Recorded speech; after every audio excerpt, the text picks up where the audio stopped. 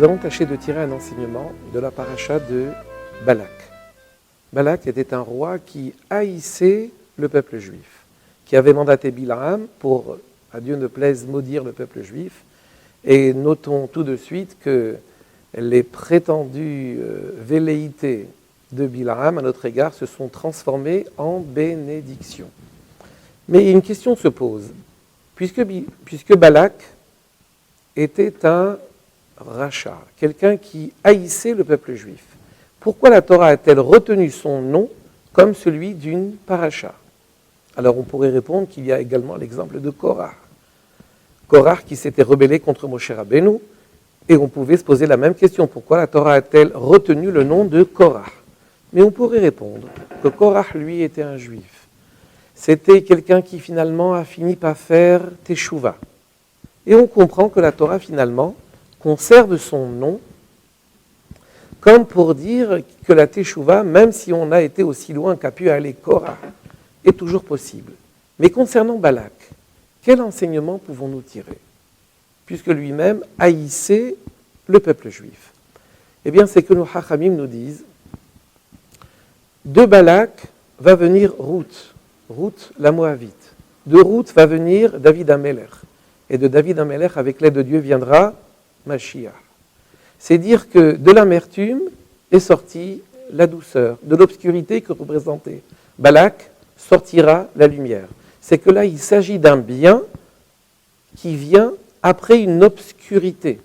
Après l'obscurité qui consistait pour le roi, pour Balak, à vouloir du mal au Ham Israël, il y a eu le Balak dont nous parle notre paracha, ce Balak qui était donc l'ascendant de Ruth, qui elle-même était l'ascendant de David Amelech. Eh bien, nos Chachamim nous disent qu'il y a deux sortes de biens. Celui qui est tangible, visible, c'est la Torah et les mitzvot, et il y a le bien qui vient après une transformation du mal. Alors pratiquement, quel enseignement peut-on tirer de cette paracha de Balak, d'un roi qui finalement, malgré lui, apportera énormément au peuple juif et apportera ni plus ni moins que la venue du Mashiach avec l'aide de Dieu? Eh bien que nos Chachamim nous disent, si déjà d'un roi qui n'était pas juif, qui était tout à fait dur envers le peuple juif et qui voulait rayer son existence du monde, si avec un roi pareil, une issue positive a été trouvée, alors à plus forte raison que chacun d'entre nous peut espérer, quel que soit le niveau spirituel dans lequel il se trouve. Il peut espérer, puisqu'il est juif, il peut espérer faire Teshuvah, il peut espérer, bien sûr, aller vers le bien.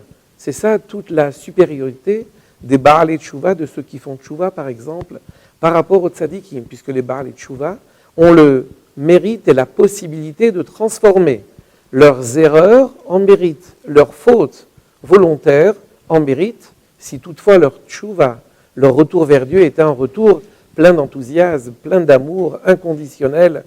Et donc, au travers de cette paracha-là, et c'est ça qui explique le fait que la Torah ait retenu le nom de Balak pour cette paracha-là, c'est pour nous dire que, quelle que soit la situation dans laquelle nous pouvons nous trouver, il n'y a pas lieu de désespérer, parce qu'il appartient à chacun d'entre nous de faire ce retour vers Dieu, cette Teshuvah-là, et finalement, quel que soit le niveau dans lequel nous sommes, eh bien, nous pouvons toujours aller de l'avant et bien sûr transformer cette obscurité en lumière.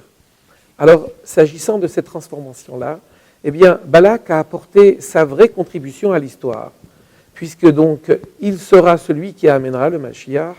Eh bien, le Mashiach également est à venir et viendra lorsque nous aurons dépassé nos contradictions, lorsque de la galoute, qui est une obscurité en soi, si l'on peut dire, jaillira la lumière. C'est de notre travail dont il s'agit ici, c'est de passer de l'obscurité vers la lumière. C'est ce qu'on nous dit dans la paracha de Bereshit, Vayi erev, vayi boker, yom echad. Ce fut le soir, ce fut le matin. Le soir, c'est la difficulté, c'est la galoute.